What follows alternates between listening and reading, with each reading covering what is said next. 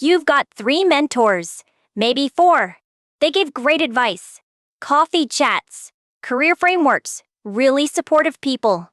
And yet, your career hasn't moved in 2 years. Here's the uncomfortable truth no one wants to tell you. Having mentors isn't the problem. You're over-mentored and under-sponsored, and that gap? It's costing you promotions.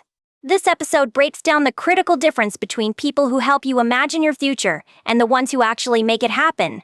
Think about your last one-on-one with someone senior. Did they ask you what you wanted to work on? Or did they tell you what opportunity they're pushing you for? Those are 2 completely different conversations. One is mentorship, the other is sponsorship, and most people have no idea which one they're actually getting. By the end of this episode, you'll know exactly how to spot the difference, and more importantly, how to close the gap. Let's start with what a mentor actually does. A mentor gives you advice. They share wisdom from their experience. They help you think through challenges. That's valuable. A mentor says, "Here's how I'd approach that problem." Or, "Have you thought about positioning yourself this way?" They're coaches, advisors, sounding boards. Now here's what a sponsor does. A sponsor puts their reputation on the line for you. They advocate for you in rooms you're not in. A sponsor says, "I'm recommending you for this project," or "I told the VP you should be considered for the role." They don't just advise, they act. Here's how Corby Fine, an executive coach, puts it. Many high-performing professionals find themselves over-mentored and under-sponsored. He explains, a mentor helps you develop skills for your current job. A sponsor uses their own political capital to get you your next job. That's the gap. Yale School of Management research captured it perfectly. Mentorship may help someone imagine their future. Sponsorship helps make it real. Think about that. Imagine versus real. One helps you dream. The other makes it happen. Most careers stall because people collect dreamers, not doers. Here's where it gets concrete. According to MentorSleeQ research, mentees with sponsors are 5 times more likely to be promoted than those without. 5 times. Not 20% more likely, not twice as likely, 5 times. That's the promotion multiplier that sponsorship unlocks. But here's the catch. Gallup Workplace Research found that only 23% of employees have a sponsor. Meanwhile, 40% have a mentor. So almost twice as many people have mentors as sponsors. Everyone's getting advice. Almost no one's getting advocated for. That's the bottleneck. And it gets worse when you break it down by gender. According to Yale Insights, 1 in 5 men have a sponsor. For women, it's 1 in 8. That sponsorship gap isn't just a networking problem. It's a structural barrier that compounds over entire careers. The gap widens at every level.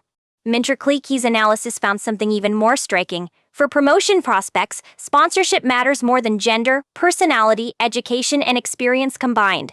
Read that again. Your degrees don't matter as much as having someone in your corner. Your personality doesn't matter as much as having an advocate. So what do sponsors actually do that's so different? They take risks for you. A mentor loses nothing if you fail. A sponsor does. When a sponsor recommends you for a stretch assignment, they're betting their credibility. If you deliver, they look good. If you don't, they look bad. That's why sponsors are selective. They don't sponsor people who might succeed.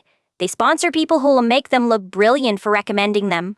According to Lean-In's workplace research, a sponsor shares your accomplishments with other senior leaders and openly advocates for you in closed-door meetings. Those closed-door meetings? That's where promotions are actually decided. That's where succession plans get drafted.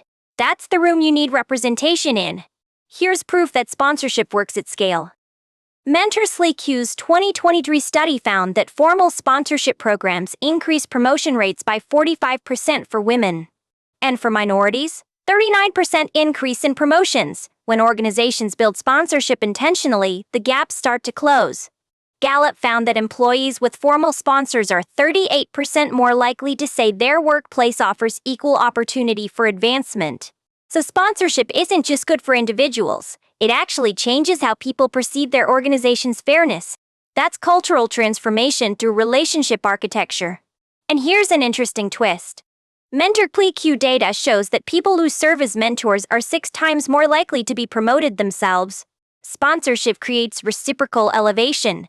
When you lift someone up, your own visibility increases. The best leaders understand this. Advocacy compounds. So, how do you actually get a sponsor?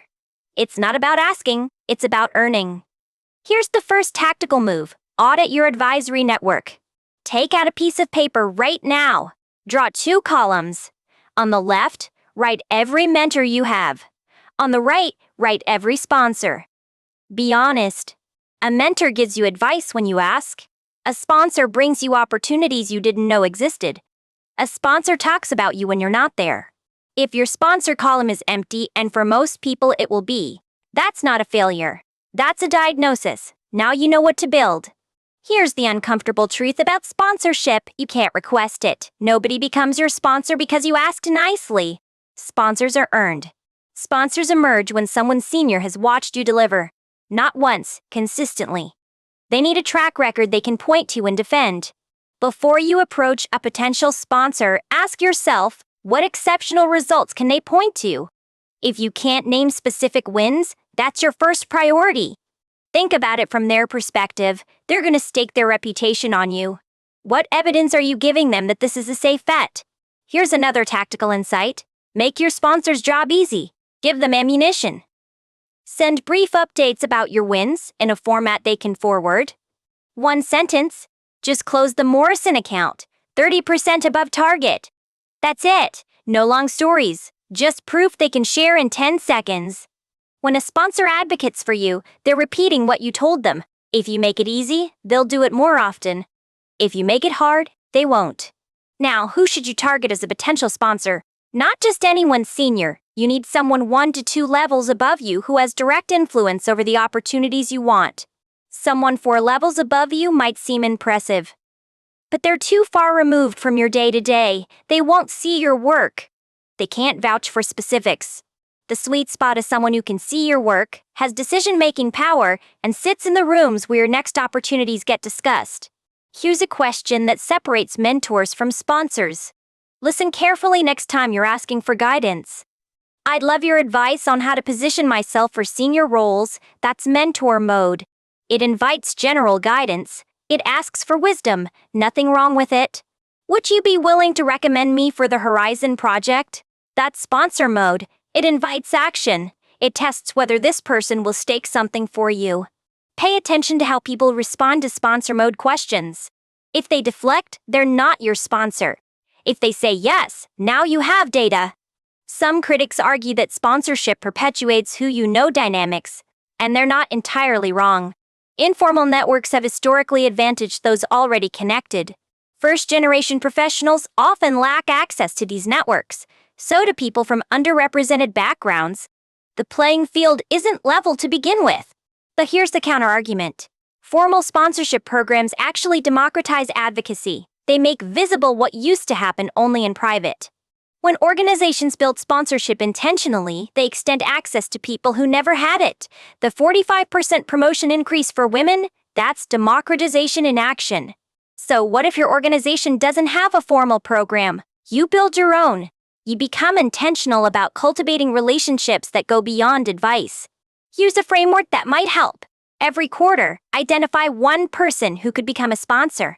Not a mentor, someone with influence who could advocate for you. Then make yourself visible to them, not by asking for coffee, by delivering something excellent that crosses their radar. Let your work introduce you. Volunteer for high-visibility projects they're connected to. Solve problems in their orbit. When you deliver, follow up with that brief update we talked about. Over time, and this takes time, they start associating your name with results. That's when advocacy becomes natural. That's when you've earned sponsorship. If you found this breakdown useful, the difference between mentors and sponsors, the tactics for closing the gap, consider subscribing. We cover strategies like this every week. Let me give you one more framework before we wrap. I call it the sponsor test. It's 3 questions you can ask about any senior relationship. Question 1. Has this person ever created an opportunity for me that I didn't ask for? Not advice, an actual opportunity, a project, an introduction, a recommendation. Question 2. Does this person talk about me when I'm not in the room? Not to me. About me. To people who matter. If you don't know, you probably need to find out. Question 3. Would this person risk something for my advancement? Not just encourage me. Actually stake their credibility on my success. If you can answer yes to all three, that's a sponsor. Protect that relationship. Nurture it. And most importantly, deliver so they never regret betting on you. If you can answer yes to any of those questions, now you know what's missing. And knowing is the first step to building. Here's your cheat code for today. Stop collecting mentors and start earning sponsors. Mentors help you imagine your future. Sponsors make it real. The difference? 5 times more likely to get promoted. That's not networking fluff. That's the multiplier hiding in plain sight. Audit your network. Build your track record. Make it easy for someone to advocate for you, and when you find that sponsor, deliver like their reputation depends on it, because it does.